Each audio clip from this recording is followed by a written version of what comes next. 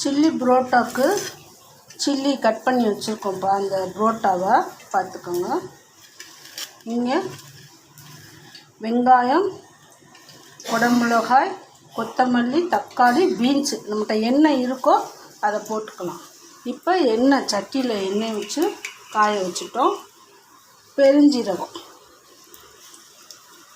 எதுக்கு பெருஞ்சீரகம் எல்லாத்துலேயும் போடுறோம் அப்படின்னா, செமிக்கிற தன்மை அதுக்கு உள்ளது. நமக்கு வாயில் கடிப்படையில் செமிக்காதவங்களுக்கும் செமிக்கும். அதுக்கு தான் நான்வெஜ்ஜு சமையல் பண்ணல பெருஞ்சீரகம் போடுறது. இப்போ வெங்காயம், இப்போ தக்காளி, வெங்காயம், சில்லி, மிளகா எல்லாத்தையும் போடணும்.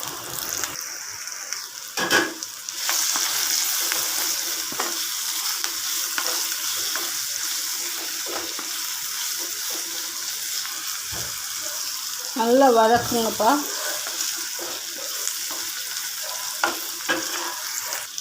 கொஞ்சம் உப்பு, தூளுப்பு போடணும். தண்ணி விடுமில்ல, கரைஞ்சிடும். கொஞ்சம் தேங்காய்,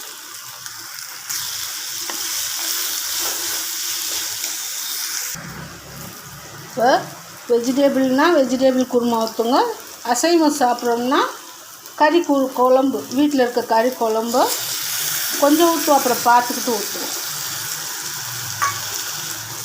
ஊற்றி அப்படி பரட்டி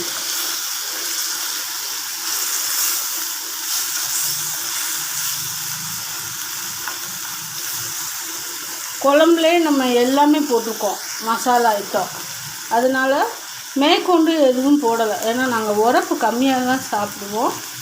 அதனால் எதுவும் போடலை. இப்போ எண்ணெய் விட்டு வருதா? இப்போ நம்ம எடுத்து வச்சுருக்க புரோட்டா, இந்த புரோட்டாவை இதில் போட்டு புரோட்டா பீஸ் போட்டு நல்லா கிண்டு.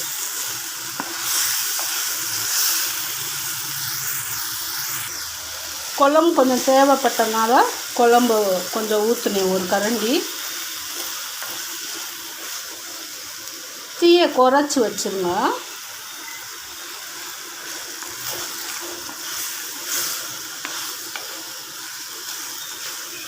அன்னி சமையல் பீஸ் புரோட்டா.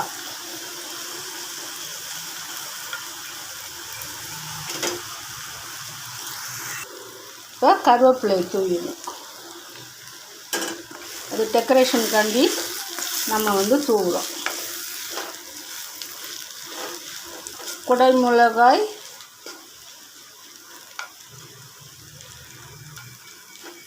மசாலா புரோட்டா ரெடி. அன்னி சமையல், சாப்பிடுங்க.